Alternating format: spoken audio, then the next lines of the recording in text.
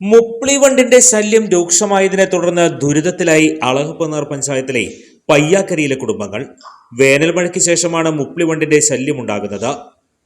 2 വർഷമായി ഈ സ്ഥിതിയാണെന്ന് നാട്ടുകാർ പറയുന്നു. ഓടിട്ട വീടുകളിലാണ് വണ്ടിന്റെ ശല്യം കൂടുതലായി അനുഭവപ്പെടുന്നത്. നവംബർ മെയ് മാസങ്ങളിലാണ് മുപ്ലിവണ്ടിന്റെ ശല്യം രൂക്ഷമാകുന്നതെന്നും ദിവസത്തിൽ കുറഞ്ഞത് 10 തവണയെങ്കിലും വീട് വൃത്തിയാക്കേണ്ട സ്ഥിതിയാണെന്നും മാടശ്ശേരി ചേരാനല്ലുകാരൻ റോസ്ലി പറയുന്നു. ഈ കറുത്ത വണ്ട്, അതായത് മുപ്പുളി വണ്ട് എന്ന് പറയും, എരുമമൂട്ട എന്ന് പറയും ഞങ്ങള്. അതുപോലെയുള്ള ഈ വണ്ടിന്റെ ശല്യം ഭയങ്കരമായിട്ട് 2 കൊല്ലത്തിനുള്ളിൽ കണ്ടമാനം ശല്യമായി. പെരുകി വീട്ടില് സ്റ്റോക്കാണ്. അത് മാസത്തില് 10 ദിവസം വെച്ച് വീട് മാറിപ്പോവും. മഴ പെയ്ത് പിന്നീട് വെയിലുദിക്കുമ്പോൾ കണ്ടമാനം ഇളകും. വീട്ടിൽ താമസിക്കാനും ഭക്ഷണം വെച്ച് പാകം ചെയ്ത് കഴിക്കാനും ഒന്നിനും പറ്റാത്ത അവസ്ഥയാണ്.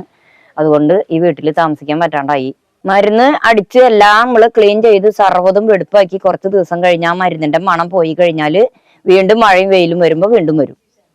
ഇങ്ങനെ വന്ന് 10 ദിവസം കൂടുമ്പോ മാറി താമസിക്കുക, വീണ്ടും ഇത് വരിക, ഇങ്ങനെ വെടുപ്പാക്കുക. ഇപ്പൊ 3-4 ട്രിപ്പായി 8 മാസത്തിനുള്ളിൽ മരുന്നടിക്കലും വെടുപ്പാക്കലും. ഇപ്പോഴും തിരിച്ചു വീണ്ടും വന്നു. ഇനിയും വെടുപ്പാക്കാൻ പറ്റാത്ത അവസ്ഥയായി. ഭക്ഷണം പാകം ചെയ്യാനും വെക്കാനും ഒന്നും പറ്റാത്ത അവസ്ഥയായി. ചെവിട്ടിൽ പോയിട്ട് കിടക്കാൻ പറ്റില്ല, ജീവിക്കാൻ പറ്റില്ല, ഒന്നും ചെയ്യാൻ പറ്റില്ല. ഓടുമേഞ്ഞ വീടായതുകൊണ്ട് സമീപത്തെ മറ്റു വീടുകളേക്കാൾ റോസ്ലിയുടെ വീട്ടിലാണ് കൂടുതൽ ബുദ്ധിമുട്ട് നേരിടുന്നത്. ഈ സമയങ്ങളിൽ ഭക്ഷണം പാകം ചെയ്യാനോ ഉറങ്ങാനോ സാധിക്കാത്ത സ്ഥിതിയാണ്. വണ്ടിനെ നശിപ്പിക്കാൻ മരുന്ന് തളിച്ചെങ്കിലും മരുന്നിന്റെ ശക്തി കുറയുന്നതോടെ വീണ്ടും പഴയപടി നിറയുകയാണ്.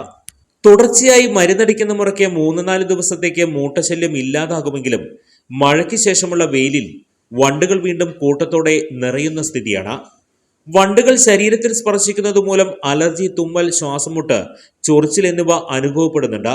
ഈ സാഹചര്യങ്ങളിൽ റോസ്ലിയും സഹോദരനും അയൽപക്കത്തുള്ള ബന്ധുവീട്ടിലാണ് അഭയം തേടുന്നത്.